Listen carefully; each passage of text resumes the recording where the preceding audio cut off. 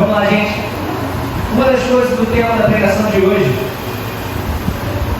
o tema é o seguinte: a razão pela qual a igreja não cresce.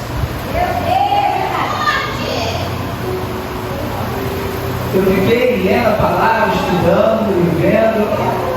E razão por que a igreja não cresce. Quem quer saber? Você quer saber essa palavra? Sim. Só o Levi acredita. O pessoal só quer bênção, não quer casa nada não. Gente, a palavra diz em Hebreus que Deus disciplina aquele que Ele ama. Ele disciplina os filhos que amam. Teve um dia, uma certa vez, que a gente estava nos juntos, quando a gente fazia lá. E foi muito interessante porque teve um rapaz que visitou a primeira vez os juntos, e no dia que ele foi nos juntos só foi cajadado. Todo mundo tinha oportunidade de dar só cajadado. Ele saiu de lá triste. Aí ele saiu assim e falou: poxa, tô triste. Aí eu, por quê? Pô, só foi cajadado. Eu falei: meu irmão, você é leve, porque a palavra de Deus diz que o filho, Deus repreende o filho que ama o seu filho, para que você dê mais fruto. Aí ele, caramba, verdade. Então, gente, entenda, pega seu caderninho de anotação aí, os crentes mais afiados, que vai ter palavra hoje. Vamos lá. Primeiro, a razão pela qual a igreja não cresce. Uma das razões é você. Você é a razão pela qual a igreja não cresce. Você é a razão quando você não está orando. Você é a razão quando você não está estudando a palavra. Você é a razão quando você não perdoa. Você é a razão quando você não se reconcilia. Você é a razão quando você não contribui. Você é a razão quando você não está pronto para servir. Você é a razão quando não está pronto para ouvir repreensão. Você é a razão quando não dá testemunho. Você é a razão quando não tem amor e não dá amor. Você é a razão quando você não vai para o lugar secreto com Deus. Você é a razão quando você não ora e profetiza e prega a palavra. Você é a razão quando você não evangeliza e prega a palavra para quem está lá fora. Essa é a razão pela qual a igreja não cresce. Uma das. Você e eu, nós. Mas, gente, irmão, eu vou destacar uns princípios bíblicos aqui que poderosos, que eu não reparava. Aqueles que poderem abrir comigo em Números, capítulo 14. Gente, isso aqui foi, caramba, gritante quando eu vi. Sério, até agora eu estou extasiado com essa martelada de Jeová. Números 14. Antes de falar desse versículo que a gente vai ler, a gente vai começar no versículo 10. Números 14, versículo 10. Eu queria falar o contexto antes de chegar nisso aqui. Gente, ou pelo menos todos nós, sabemos que quando eles chegaram na Terra Prometida, Moisés manda 12 espias, que quer dizer espiões para espionar a terra. E a gente sabe que só Josué e Caleb, quando viram a terra, apesar de todas as dificuldades, só viram as bênçãos e falaram: a terra é nossa, Deus não vai dar, Ele prometeu e vai dar. Enquanto os 10 falaram o quê? Tem gigante, a gente é como gafanhoto, não vai dar certo e tal, só palavra negativa. E aí vem o Números 14, isso tudo foi em Números 13. E a população, o povo que estava com Moisés, ficou tão revoltado que queria apedrejar. Números 14, versículo 10. Mas a comunidade toda falou em apedrejá-los. Então a glória do Senhor apareceu a todos os israelitas da terra do mundo. Na hora que queriam apedrejar Moisés, Josué e Caleb. Então o Senhor disse a Moisés: até quando esse povo me tratará como pouco caso? Até quando se recusará a crer em mim, apesar de todos os sinais que realizei entre eles? Eu os ferirei com praga e os destruirei, mas farei de você uma nação maior e mais forte do que eles. Aleluia! Olha só, eu vou para Moisés: vou destruir todo mundo por causa disso, mas de você eu vou fazer uma nação nova. Aleluia! Glória a Deus! Se a gente for chamando Moisés, interpele para o Senhor, intercede para o Senhor e fala assim: Senhor, não faça isso. O Senhor nos libertou do Egito para massacrar a gente aqui e tal, intercede, perdoa ele, você é longânimo, você é fiel. Aí Deus vai, responde Moisés. No versículo 20, O Senhor respondeu: eu o perdoei. Perdoou quem, gente? O povo ou Moisés? Moisés. Conforme você pediu. No entanto, juro pela glória do Senhor que enche toda a terra, que nenhum dos que viram a minha glória e os sinais milagrosos que realizei no Egito e no deserto, e me puseram à prova e me desobedeceram 10 vezes, Deus contou as vezes que ele desobedeceu. Gente, Deus é longânimo e paciente, mas tem uma hora que a paciência de Deus acaba. Tem uma hora que você está colocando ele à prova demais, está colocando em dúvida demais. E a palavra diz: não tentarás o Senhor teu. Deus é amor, Deus é graça, mas tem gente que brinca com isso. E é Deus falando, jurando. Nenhum deles chegará a ver a terra prometida no juramento aos seus antepassados. Querido, Deus jurou uma terra prometida e agora está jurando que todos eles vão morrer no deserto. Você tem noção que a desobediência, a incredulidade, a murmuração fez Deus mudar o decreto. Deus tinha prometido a Moisés: vou libertar o povo, chegou lá, murmurando, vão na prova, duvidando de Deus. É melhor que a gente corresse, melhor que a gente corresse, porque a gente está aqui. Ah, isso acontece de gato, só reclama. Deus fala: eu juro agora, pela minha glória, que enche toda a terra, nenhum de vocês vai entrar. Que viram sinais milagrosos e duvidaram em pôr a porta. Mas olha quem continua: ninguém que me tratou com desprezo haverá, mas como meu servo Caleb tem outro espírito e me segue com integridade, eu o farei entrar na terra que foi observar, e seus descendentes herdarão, visto que os amalequitas e os cananeus habitam nos vales. Amanhã deem meia volta e partam em direção ao deserto por um caminho que vai para o Mar Vermelho. A terra prometida ali, gente, mas por causa da dúvida, da incredulidade, de pôr Deus à prova, de começar a questionar, começar a namorar, ele fala: volta para o deserto.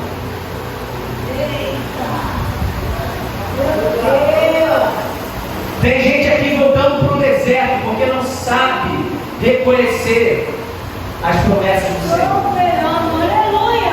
Tem gente aqui tendo que voltar para o deserto porque não tem fé. Tem gente aqui recuperando ciclos e mais ciclos de derrota porque não aprende com seus erros. E Deus está questionando isso aí. Vamos continuar no versículo 26. Disse o Senhor mais a Moisés. Eu acho que acabou. Até quando? Deus está muito bolado. Deus ficou muito bolado. Só fica dando bronca dentro do capítulo inteiro. Até quando essa comunidade vai se queixará contra mim? Tenho ouvido as queixas desses israelitas murmuradores. Diga-lhes de novo: juro pelo meu nome, declara o Senhor, que farei a vocês tudo o que pediram. Cairão nesse deserto os cadáveres de todos vocês. O que o povo estava murmurando? Era melhor que morrêssemos aqui no deserto. Agora eu juro, isso que vocês falaram vai acontecer. Palavra tem? O que você fica falando? Minha vida é uma desgraça. Aí Deus fala: tá bom, então agora está falando agora isso, tua vida vai ser uma desgraça, toma. Aí minha vida não vai para frente, tudo está errado, todo relacionamento teu está errado. Ah é? Você está profetizando isso na sua vida? Então toma. Deus está cumprindo o que eles ficaram murmurando o tempo todo no deserto. Era melhor a gente morrer aqui. Que desgraça, tu vai ser gente assim? Vai morrer bem infeliz. Está na beira da bênção. Aí reclama de novo. Vai Deus, tem uma hora que eu vou ficar: meu irmão, cansei dele, cansei dela. Não vai entrar, não vai, não quero você mais, não, vai embora. Sai, Satanás. Então olha só como ele continua: cairão neste deserto os cadáveres de todos vocês, de 20 anos para cima, que foram contados no recenseamento e que se queixaram contra mim. Ou seja, não foram todos, foram os que se queixaram contra ele, que viram sinais e maravilhas e mesmo assim continuavam murmurando.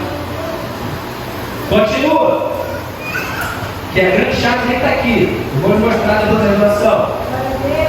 Nenhum de vocês entrará com a mão levantada, exceto Caleb e Josué. Mas, Olha só, versículo 31. Quanto aos seus filhos, sobre os quais vocês disseram que seriam tomados como disposto de guerra, eu os farei entrar para desfrutarem a terra que vocês rejeitaram. Ou seja, os pais vão morrer, mas Deus falou, mas seus filhos vão entrar e desfrutar. 32. Os cadáveres, de novo Deus fala isso, Deus está pesado demais, tá? Os cadáveres de vocês, porém, cairão no deserto. Seus filhos serão pastores aqui no deserto durante 40 anos, sofrendo pela infidelidade de vocês, até que o último cadáver de vocês seja destruído no deserto. Durante 40 anos, vocês sofrerão a consequência dos seus pecados e experimentarão a minha rejeição.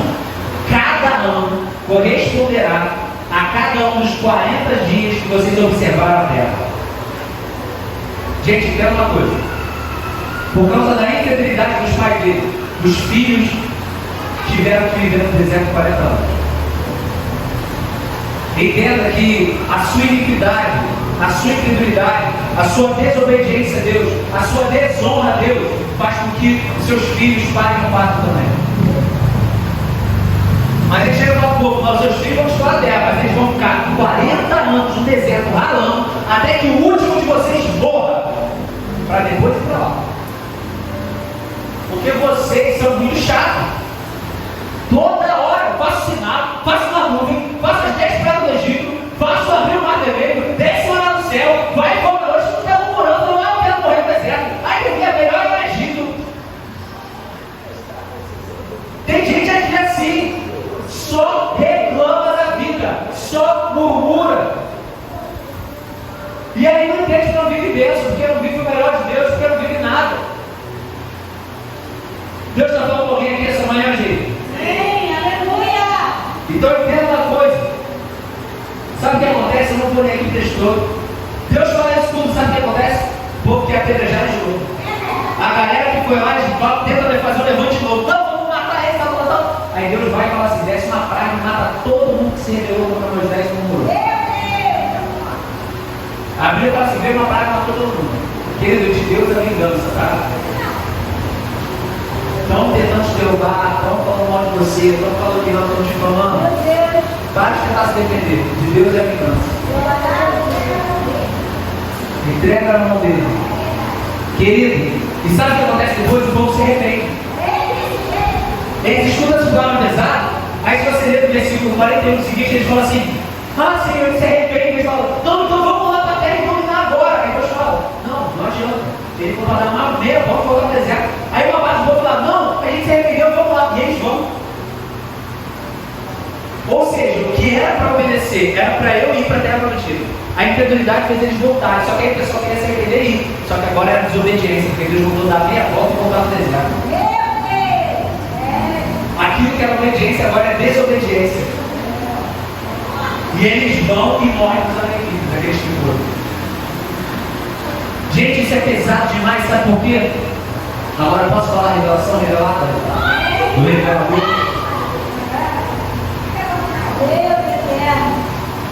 Quando Deus deu a visão para Moisés, Moisés estava pronto para entrar na terra prometida.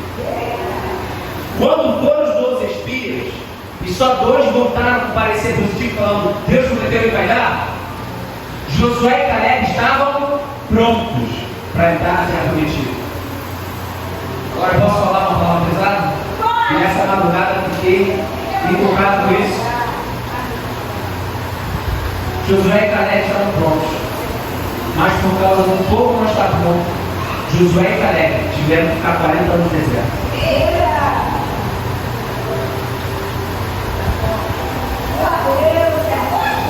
Não basta você estar pronto, as pessoas que estão com você também têm que estar. Sabe por que a igreja não cresce? Porque não adianta ter eu e mais 3 gatos pingados.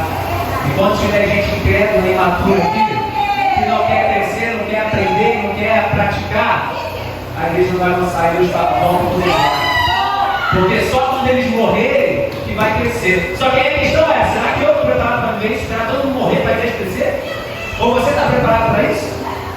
Querido, é para a gente crescer, é para a gente multiplicar, é para a gente avançar, mas infelizmente não basta você estar pronto. Quem você está levando com você, às vezes está impedindo você de entrar na terra prometida, às vezes está impedindo você de ir para a eternidade com Deus, por causa de amizades que você está levando consigo, que só te botam para baixo.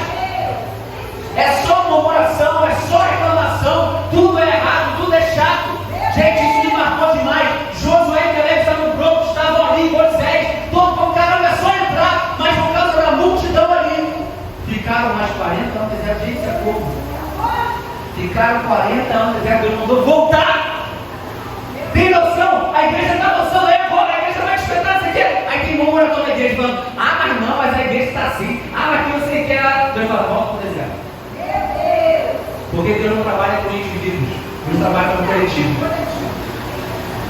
Enquanto todo mundo não tiver em unidade, enquanto todo mundo não aprender isso, enquanto todo mundo não amadurecer, não querer crescer, não vai avançar. Não basta você estar pronto. Isso é, gente, eu fiquei na madrugada. Porque eu sempre parei os versículos só de Josué e Caleb, que eles viram e cuidaram, mas nunca parei para ler o resto e continuar assim. Aí o Espírito Santo está todo, por causa disso, cara, me deu uma raiva. Eu falei, meu Deus! Meu Deus! Eu falei, Deus, o que eu tenho que deixar? Eu não quiser não, calma, está no deserto. Mas Deus, quem tem que deixar? Bora começar tudo de novo, eu quero fazer de uma grande, porque Deus falou que é para ele. Vou fazer de uma grande nação.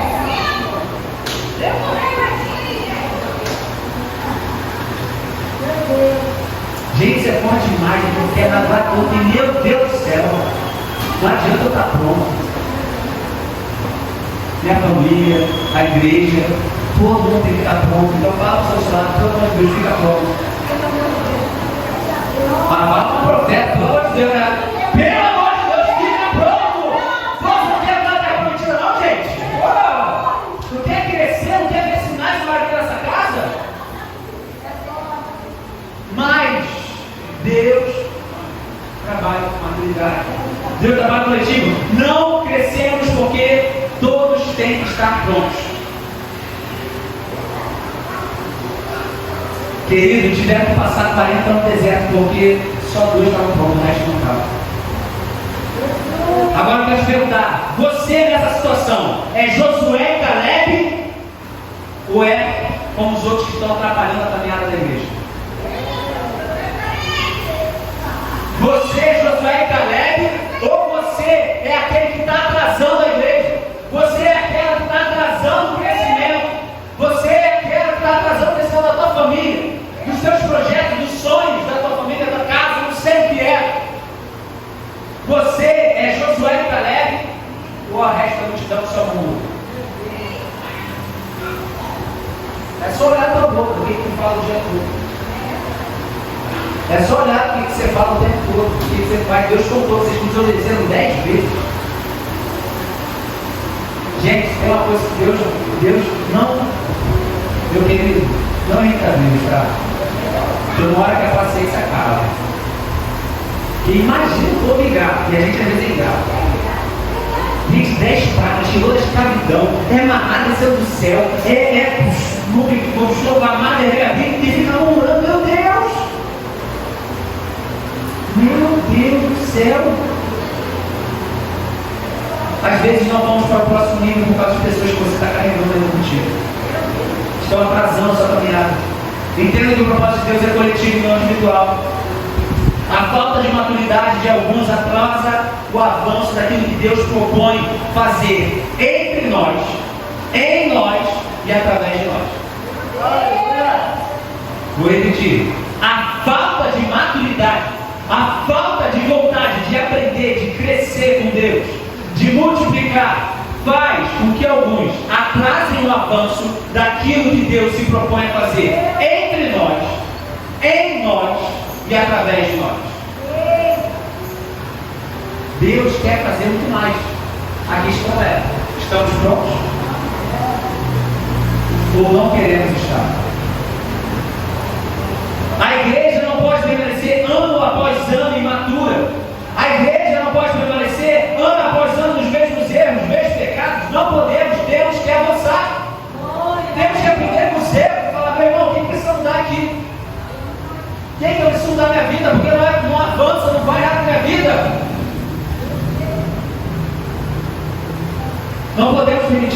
gente que irmão na festa tem 10, 15, 20 anos de igreja, sendo criança não crê ainda.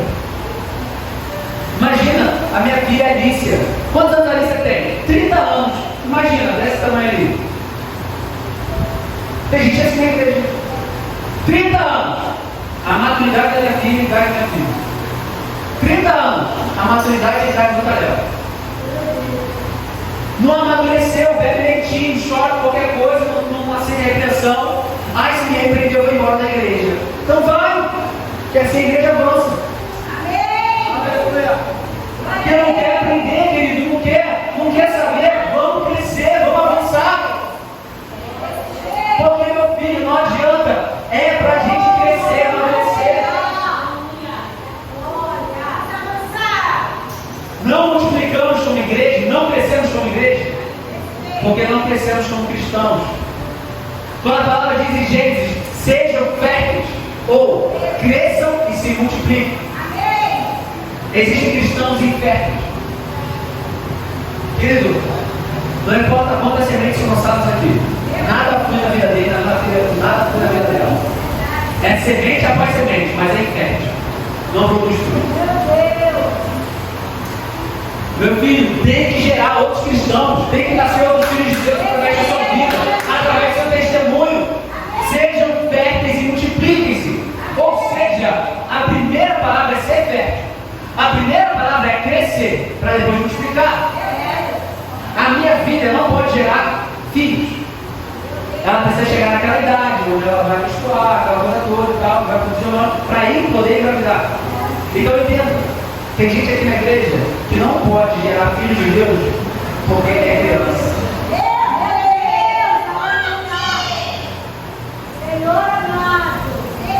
Se você é criança na festa, você vai conseguir gerar os filhos. Ou se você até não é mais criança, gera, mas você está infértil. Você não produz mais agora, Deus não quer crescer e multiplicar. Gente, preciso crescer para depois multiplicar. Para eu comportar a multiplicação. Para eu ter a maturidade, para entender o que eu preciso para multiplicar e depois conseguir administrar.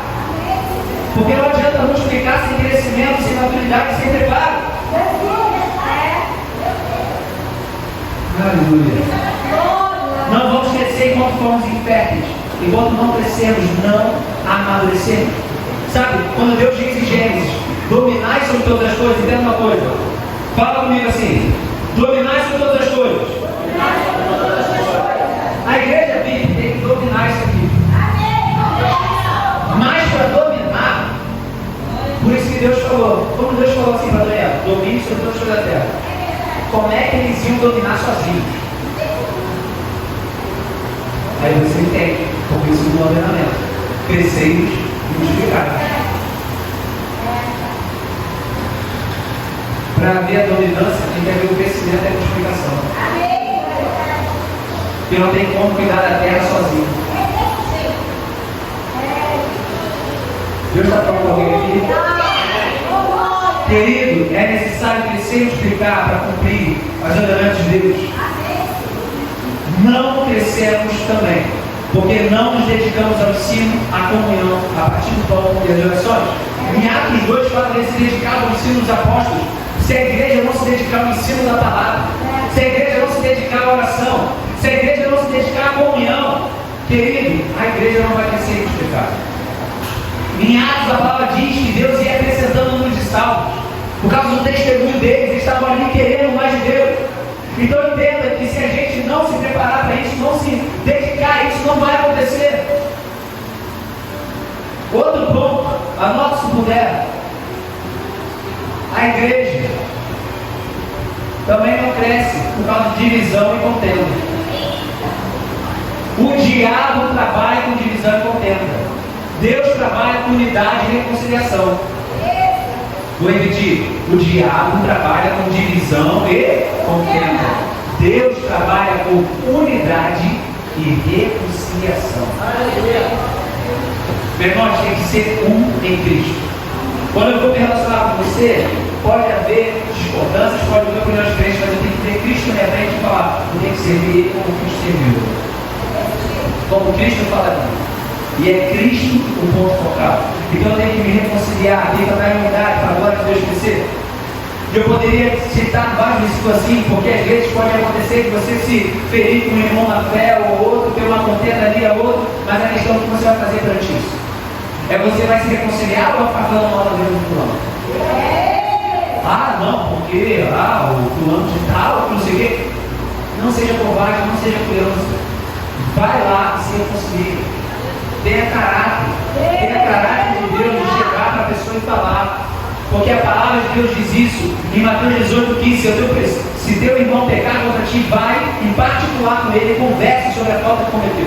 Se não resolver, chama a testemunha. Não testemunha que viu o erro dele ou dela com você, mas testemunha para ver que você está tentando se reconciliar e ele não quer. Aí o que Deus fala? Aí você entrega.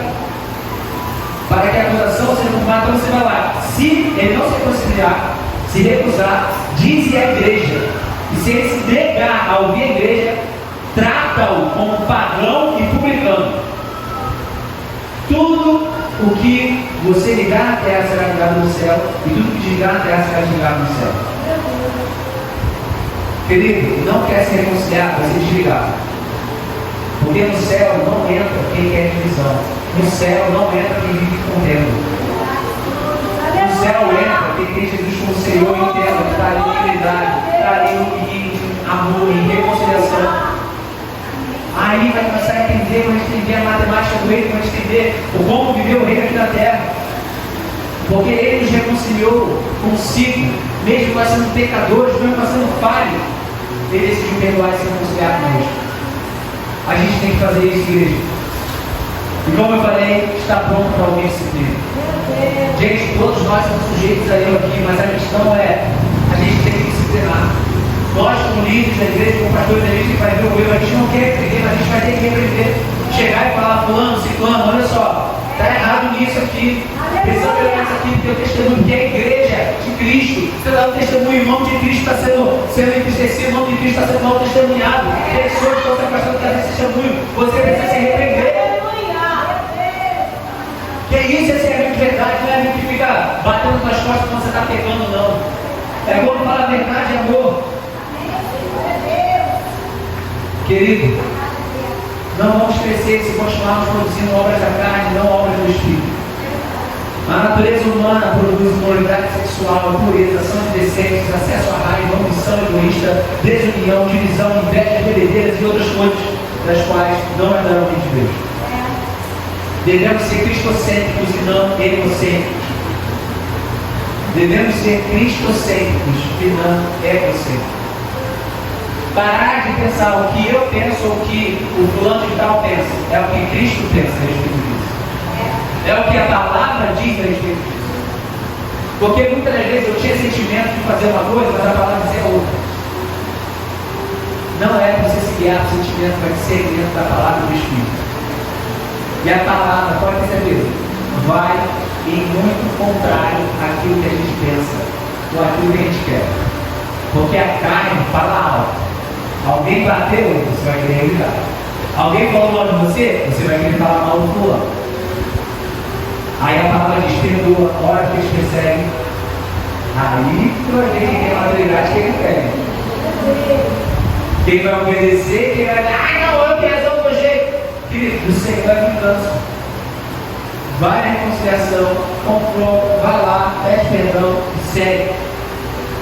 Porque o fracasso e sucesso da igreja está em a gente saber ou não ser o corpo de Cristo. A gente precisa assumir a responsabilidade.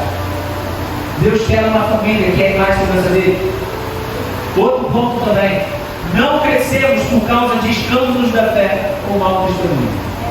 Em Lucas 17:1, Jesus quer dizer que aquele que afasta um pequenino na fé, alguém que está começando na fé, por causa de mau testemunho, seria melhor que amarrasse uma pedra de moinho. Pedra de moinho, gente, é desse tamanho aqui, é enorme. Amarrasse um pescoço e se tacasse no mar. Jesus fala isso. Mas Jesus não é o amor?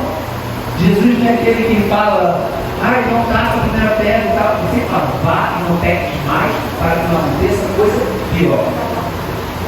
Mas tem gente que não quer aprender, quer viver uma vida de pecado, quer viver uma vida com Deus e com o capeta, como eu falei, que é lá abaixo. está tudo bem, meu querido, se decida, porque as coisas não vão fluir assim.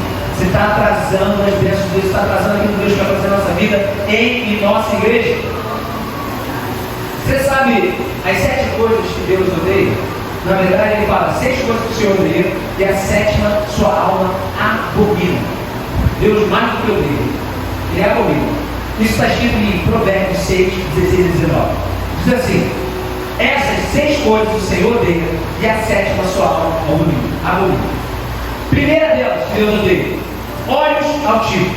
O que é olhos altivos? Soberbo. Deus resiste ao soberbo. Dentro da igreja, meu querido, você está nessa igreja, você não pode ser soberbo, você não pode ser soberbo. Deus odeia soberbos. Deus quer pessoas humildes. E eu sei que você se acha humilde, você tem orgulho de ser humilde.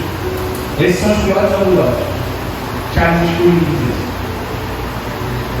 Todos nós somos orgulhosos por natureza, mas a gente não estiver aberto ao Espírito de ouvir e falar: Deus, eu estou com raiva, eu estou com vontade de fazer isso, mas o que a tua palavra disser, que o teu Espírito Santo disser, eu vou fazer, por mais que o teu coração. É aí que você vai mostrar se você quer realmente ou não Deus. Não é quando você está orando, não é quando você está cantando, não é quando você está falando aleluia, glória a Deus, é quando você está obedecendo. E é para a gente falar glória a Deus, é para a gente orar, é para a gente ter a palavra, é para a gente meditar, é para a gente fazer isso tudo, gente, mas obediência é melhor do que sacrificar. Tem muita gente sacrificando o chamado, sacrificando a família, sacrificando o ministério, sacrificando a igreja por causa da desobediência. Posso continuar? Vamos terminar. Só isso, agora é Deus. Segunda coisa que Deus odeia: língua mentirosa. Fica espalhando mentira. Adora ficar falando mentira. Deus odeia. Sabe quem é o pai da mentira? Quando você mente, você está dando a paternidade para ele. Ele fala: ó, igual papai. Vai lá, menina, vai lá, menino, mente mesmo. Mostre quem você tem mais semelhança. Terceira coisa que Deus odeia: mãos que derramam sangue inocente. Assassinato, homicídio, Deus odeia isso. Quarto, coração que maquina pensamentos perversos. Pessoas maliciosas, pessoas que só pensam no mal dos outros. Quinto, pés que se apressam a correr para o mal. A pessoa está aqui na igreja, mas se tiver uma oportunidade ele vai correr. Chamou o convite, vai. Sexto, a testemunha falsa que profere mentiras. Você viu? Ih, fulano, foi isso que aconteceu, nem estava lá. Mas está dando testemunha falsa. E sétimo, que Deus abomina. Ele mais do que odeia. É o que semeia contendas entre irmãos. A igreja não cresce se estivermos praticando essas 7 coisas. Se estivermos semeando contenda entre irmãos, querido, Deus odeia, abomina, mais que odeia, abomina isso. Ele te colocou aqui para reconciliar, Ele colocou aqui para você ser um pacificador, Ele colocou aqui para você ser misericordioso, para você perdoar, e não para ficar semeando contenda, divisão na igreja. Não, porque eu plano isso, você quer menina, séria, tem gente que gosta de botar linha na fogueira. Já viu pessoas assim? Que eu fulano, se você sério, se for, né? Vai espalhando mentira do outro, o mal de um do outro. Fala assim: sai, Satanás. E Deus abomina isso. Sabe que o teólogo fala que falar mal de alguém é assassinar a imagem de alguém na mente dele. Falar mal de alguém é assassinar a imagem de alguém na mente dele. Você já viu como vai falar de alguém assim? A pessoa fala assim: você conhece o ciclano? Menina, tem que te contar. Ele não presta. Já criou uma imagem na cabeça dele. O senhor nem te conhece, mas já está te julgando. E Deus abomina isso. O diabo, desculpa, quer a divisão da igreja. O diabo quer contenda. Porque o diabo trabalha através disso. Quando você não perdoa, quando você fica espalhando fofoca, quando você bota você contendo, o diabo está todo para ali. Isso aí, você é arrombado. Você é arauto de Satanás. Continua, espalha a má notícia, vai, espalha a incredulidade, vai, murmura mesmo, Satanás está batendo palma para você. Querido, a gente precisa se arrepender e voltar. E o pior crente, sabe qual é? É aquele que não faz só na igreja, vai lá fora também. Fica voltando para quem nem é crente, é pior ainda, está afastando pessoa que nem era para ser salva e nem a pessoa vai querer ir para a igreja. Meu querido, tu está ferrado. Se você não se arrepender, pedir perdão a Deus, parar de ficar escandalizando as pessoas lá fora, porque tem gente que sabe o pecado de alguém na igreja e quer contar para todo mundo, nunca vi. Ao invés de ser um arauto da fé, é um arauto do capeta, que é um certo não, viu, por ele fez, meu irmão, contar para Deus, não pensa nós ali. Em vez de tratar do dia aqui e falar, você vai ver se eu estou falando para você, para tocar o que isso é para ser igreja. Tem gente que vai pegar o que soube do Levi, vai querer contar para Deus e o mundo lá fora. E acha que está sendo usado por Deus. Não, ele vai falar assim, irmão, não conta para ninguém não, tá? Não sou conqueira nem nada, mas é só para ajudar o irmão.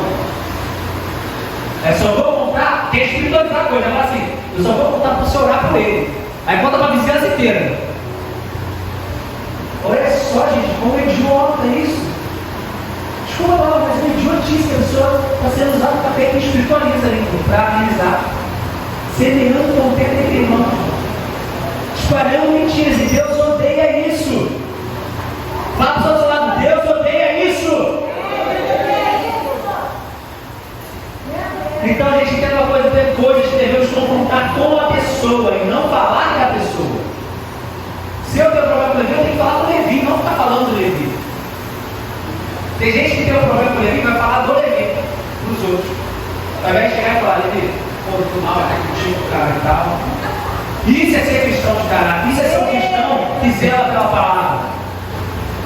Agora tem gente que é assim, ó. Tô mal com Isabela, Levi, caraca. Quem quer vir a ver com a Isabela? Nada, meu problema é com a Isabela. Veja chegar com a Isabela, falar com ela, me reconciliar com ela na tua vida. Levi, Isabela, meu irmão, a sua tem que não presta não. Aí eu falei pra ele. Aí, Breno, meu Deus do céu, Breno, não tem noção, Isabela fez isso, aí Breno, meu Deus do céu. Aí sabe qual vai ser o pior? Se as duas não tiverem maturidade, o que elas vão fazer? Contar para os outros. Aí a Breno fala, aí Thalita, você não sabe o que o Rodrigo falou da Isabela. Aí a Thalita vai pra cara. Cara, você não sabe o que a Brenda falou, que a Isabela falou, que o amigo falou, pra Yasmin. Caraca, começa, filho. Aí Satanás faz a roça na igreja. Aí tudo tem que a igreja não cresce. A igreja multiplica. É, meu irmão, pô, tá pior que o mundo. Querido, então, eu espero que vocês estejam entendendo que a igreja não está crescendo por causa de você também, quando você vê o erro, não corrige.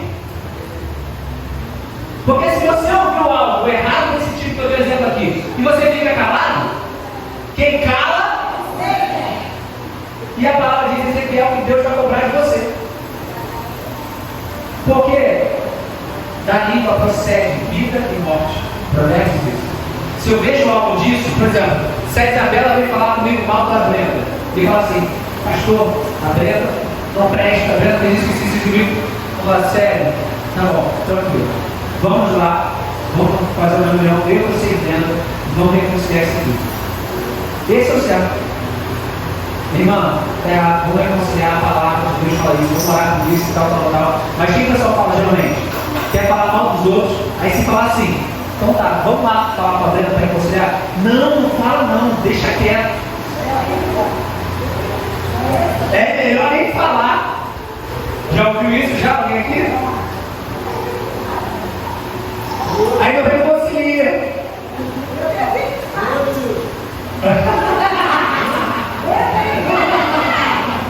Aí, meu, brincadeira, coitado do Vinícius, coitado. Quem eu? Então, gente, olha só. A gente tem que ser maduro de repreender também quando vê coisa errada. Falar, não, agora você ter coragem de vir até mim e falar mal do fulano, eu vou ter que falar lá. Para reconciliar, porque eu não quero divisão na igreja. Porque Deus não quer isso. Então, mesmo você não querendo, eu tenho que falar para ele pedir perdão, você tem que reconciliar isso aí. Aí vai falar, menina, é verdade, vamos falar para os outros? Vamos falar, Chile, tá vendo? Pelo amor de Deus. Pelo amor de Deus. Não, é até bom você saber para repreender e falar, tá errado. Vamos lá corrigir. Porque, gente, é tua responsabilidade também corrigir.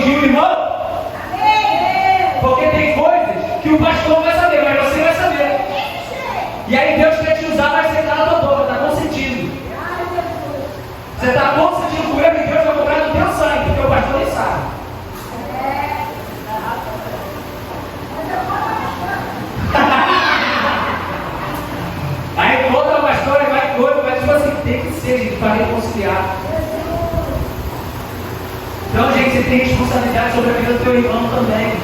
Lembra de Caim? Quando ele mata Abel? Aí Deus fala para ele assim: cadê teu irmão? Por acaso sou guardião do teu irmão? Deus, se quisesse falar, se você tu é assim, ele vai assim. A gente aqui é guardião uns dos outros. A gente está aqui para levantar uns aos outros com carinho. A gente está aqui para repreender o outro errado, para motivar e encorajar o outro que não está sendo incrédulo.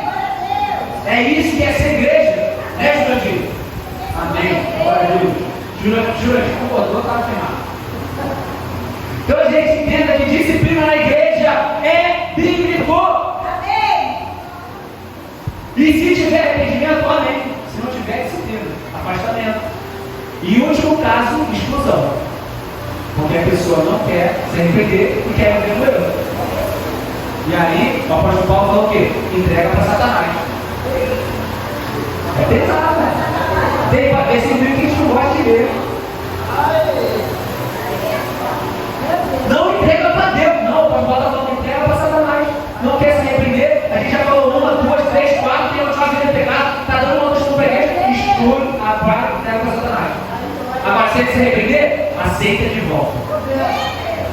Para que Satanás não encontre ocasião para destruir. Tem que estar junto. Amém, pastor. Tem que deixar estar junto, mas para multiplicar, não para dividir. Fala para o irmão do lado aí. Ei, temos que estar juntos, mas para multiplicar, não para dividir. Nunca para dividir. Matei não, filho. É o espírito da divisão. É o espírito da contenda. É o espírito da fofoca. É o espírito da murmuração. Está repreendido a Jesus. Vai sair hoje.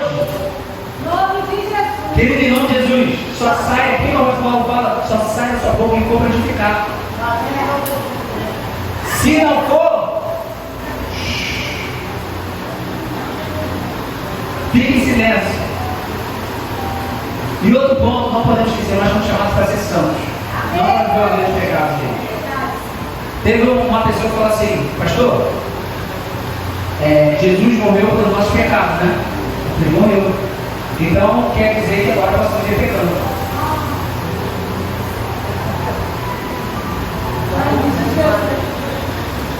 Aí eu tive uma interpretação com um vídeo que eu achei muito legal. Vamos supor que você era um fumante e teu pulmão ficou todo preto. Você vai morrer de câncer no pulmão. Chega alguém, doa o pulmão dele, porque ele entregou a vida dele por você e doou o pulmão do teu pulmão novinho em você. E você está vivo por causa desse doador porque ele se entregou por você. Aí você fala assim: vou voltar a fumar. Como outro exemplo, está uma casa pegando fogo, o bombeiro vai lá, tira mais de 200, bota dele, o bombeiro que pegou a criança lá, ou a pessoa lá, ele morre porque inalou fumaça, mas salvou a criança. A criança volta, taca fogo na casa e continua lá. É isso que você faz quando você volta para o pecado. É isso que você faz quando Deus te salvou, tirou da nação do pecado e você volta para lá. Aí a primeira vez, uma vez fala o quê? É como se você voltasse ao vômito. Ele te deu novas vestes e você volta para o lixo. Deus tem mais para você do que uma vida de pecado. A santidade, o mandamento de Deus é para você fazer você feliz. Literalmente a palavra diz isso. A santidade é para te dar a alegria do Senhor. Para você não ter problemas. O mandamento de Deus é para te proteger, não é para te deixar infeliz. Querido, terminando. Porque em Hebreus 10:26 diz assim: porque se vivemos livremente em pecado, depois de termos recebido o pleno conhecimento da verdade, já não resta juízo pelos pecados. Maior castigo merecerá quem feriu os pés do Filho de Deus, profanou o sangue da aliança, pela qual ele foi santificado e insultou o Espírito da graça. Deus está falando que aquele que conheceu a salvação, conheceu o pleno conhecimento da verdade, merece maior, não, na verdade não. Quanto maior será o castigo. Tem no inferno tem um lugar guardado para quem é crente desviado. No inferno tem um lugar guardado para quem é crente desviado. Ele vai sofrer muito mais, pode ter certeza. Muito mais, porque a palavra diz: quanto maior o castigo será esse que conheceu e desonrou o sangue da aliança de Cristo. Desonrou a Deus. Porquanto nós conhecemos aquele que declarou: a mim pertence a vingança, e o Senhor exercerá o juízo sobre o povo, o seu povo. Aí o versículo 31, tu não conhece. Assim, terrível coisa é cair nas mãos do Deus vivo. Quando Deus está falando isso aqui, Ele não está falando com os ímpios, não. Ele está falando com o povo dele. A gente pode dizer aqui e falar: os ímpios lá fora vai cair. Ele está entendendo o povo dele, que conhece a verdade e vive deliberadamente o pecado. Ele fala: você vai merecer o maior julgamento severo, porque horrível coisa é cair na mão de Deus. Mas meu irmão não quer ver Deus irado. Você viu aqui, a gente viu alguns textos. Os cadáveres vão ficar lá. E eu juro, eu falo, eu juro. Meu irmão, Deus bolado, eu não quero. Jesus tomou, olha só, Jesus tomou cálice da ira de Deus, para que você não tomasse.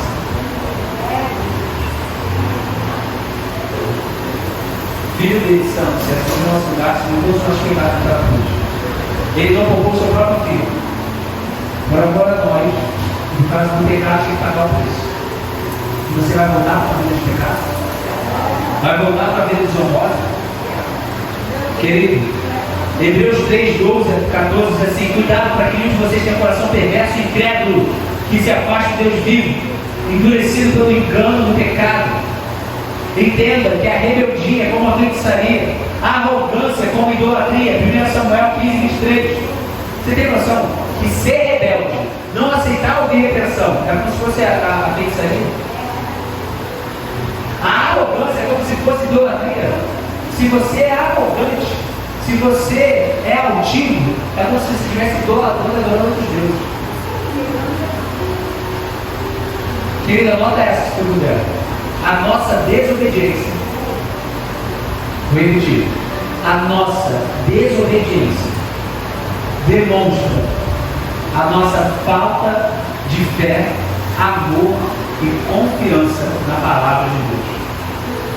Quando desobedecemos a Deus, estamos demonstrando a Deus que eu não tenho fé na tua palavra, eu não te amo na tua forma, e eu não confio na tua palavra. Sempre que a gente desobedece, a gente está dizendo isso para Deus. E quando a gente obedece, vai falar: Deus, está tudo parecendo errado, mas eu vou obedecer, porque eu sigo pela fé e não porque eu vejo. Porque eu amo a tua palavra, eu amo a tua presença. Quando eu obedeço, eu também estou falando, eu confio em ti. Obedecer a Deus é confiar, amar e ter fé. Desobedecer demonstra a nossa falta de fé, amor e confiança. Então, querido, terminando, a incredulidade é um pecado grotesco contra Deus. A incredulidade te afasta de Deus. Por que as pessoas estão lá fora e você está aqui dentro? Porque você crê. Eles não. Então não adianta você orar se você é incrédulo. Não adianta pregar se você é incrédulo. Deus honra a fé e nunca a incredulidade. Agora posso dizer uma coisa que até ninguém nunca te disse. Fala para o seu lado, pega a mão dela como profeta, agora em nome de Jesus. Você vai olhar no olho como profeta e vai falar assim: ó, você, não, como profeta, você é responsável pela sua incredulidade e pela sua desobediência. Para de colocar a culpa nos outros. Deus honra a fé, não a incredulidade. É impossível agradar a Deus sem fé. E às vezes nós estamos sendo incrédulos, falamos, você é incrédulo para fora, você não vai. Meu querido, Deus não honra a incredulidade. Olha só, não adianta você dizer: quem que tem mais poder? Eu creio que vai chover, ou eu tenho fé que vai chover. Quem tem mais poder? Você falar: eu creio que vai chover. E o outro fala: eu tenho fé que vai chover.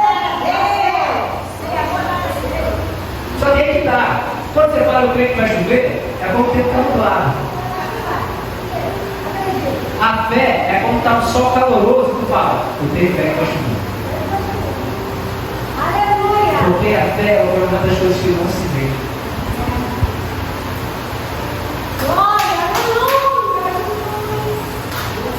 Crer, qualquer um pode crer dentro dos sinais. O diabo crê também. Agora, ter fé, só os cristãos podem crer. E eu já falei, Deus não quer que você tenha crença, Deus quer que você tenha fé. Querido, entenda. Também, que nós precisamos ser a igreja mais carismática e a que tem mais caráter de Cristo de toda a região. Nós, para crescermos e multiplicarmos, precisamos ser a igreja mais carismática, ou seja, que tem o poder de Deus e a que tem mais caráter de Cristo, que anda em semelhança com Ele, que vive na palavra e obedece a palavra. Que os irmãos vivem união, que haja perdão, que haja reconciliação, que haja oração, que haja palavra, que haja serviço, que haja unidade. É assim que a gente vai avançar e nós temos que ser essa igreja.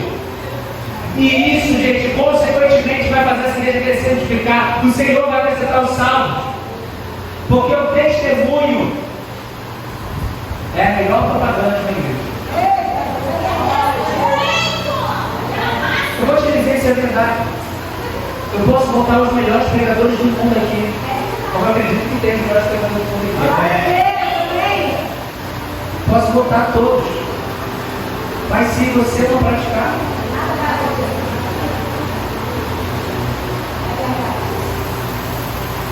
quem vai querer vir para uma igreja que não tem transformação? Quem vai querer vir para uma igreja que a pessoa saiu do mundo e continua na mesma coisa? Que a vida não melhorou em nada. Que não se tornou uma pessoa melhor. Ela era ranzinza, ficou mais ranzinza. O cara roubava, continuou roubando. A pessoa mentia, continuou mentindo. Matava, continuou matando. Meu querido, se converte. Agora, agora é sério. Amém, só dois. Glória a Deus, vocês vão certo. Gente, vamos lá. Gente, a igreja não cresce também porque nós estamos pregando para os perdidos. Por isso eu falei, a igreja não cresce por causa de você. Pode ir? Nós não estamos fazendo isso de pregar. A gente não está dando compaixão dos perdidos. Ninguém está pregando, por isso a igreja não cresce. Ninguém está dando testemunho, convidando.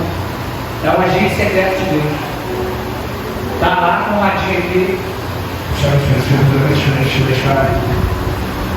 Aí você cristão? Não. Quase me descobrir aqui, meu irmão. Continua orando, aqui. Quase me descobrir que eu sou cristão. Eu posso dar terça aqui, são perseguidos. Querido, a gente vive num país livre ainda. Tem lugar que os cristãos são mortos. Tem que adorar a Deus em lugares escondidos, subterrâneo, caverna. E a igreja cresce. Vai entender, no lugar onde é mais difícil crescer o evangelho, parece que o evangelho cresce mais. Porque lá só vai fiel. Nesses países ninguém se converte no governo, não. Querido, porque como você se converte? Gente, eu estava lá em Israel. Você tem noção? A religião pesa tanto que lá tem bairro judeu, bairro cristão e bairro muçulmano. Não é por classe social, não. É pela religião. Então, se você é um judeu, se converte a Cristo, mas o que ele vai ter que fazer? Mudar de cidade. Vai ter que deixar a família, vai ter que perder tudo. Os muçulmanos são deserdados também, tem que sair. Gente, pode ser morto.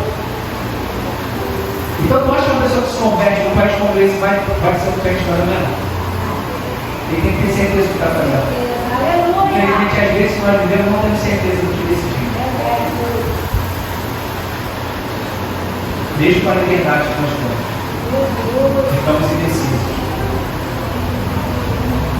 Então, querido, a igreja também não cresce porque não temos comprometimentos com o povo. Falta culto é normal. E quando lá a gente Oram para que um dia eles possam ir para a igreja todos os dias que puderem.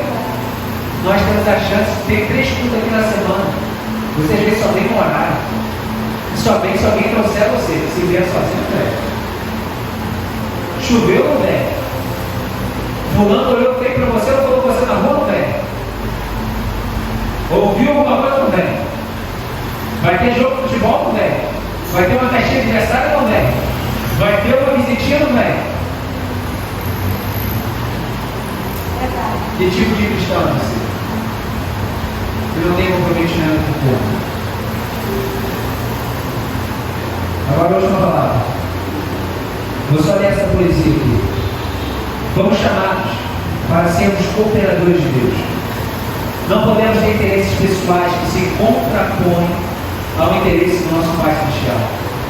Ele, ao nos criar, tinha em mente ter um povo para si mesmo, que fosse zeloso de boas obras. No eterno propósito de Deus, estabelecido antes da criação do mundo, Ele, como Pai, determinou criar uma família para si mesmo, um corpo para o seu filho e uma casa para o seu espírito. Se queremos cooperar com Deus, devemos nos envolver no projeto da família, envolvendo em amor e desenvolver o corpo através da junta de ligamentos, edificando-nos uns aos outros em unidade, e desenvolver a casa, honrando e glorificando a Deus em todo o tempo. Querido, quando falamos mal de um irmão, estamos cometendo um pecado grave, não somente contra aquele irmão, mas contra o corpo de Cristo, separando, dividindo, um atentado contra a família e a casa de Deus. Ele, Deus, é ferido e entristecido por isso também. Jesus morreu para a nossa unidade, paz e amor e comunhão. A família fala de relacionamento e amor.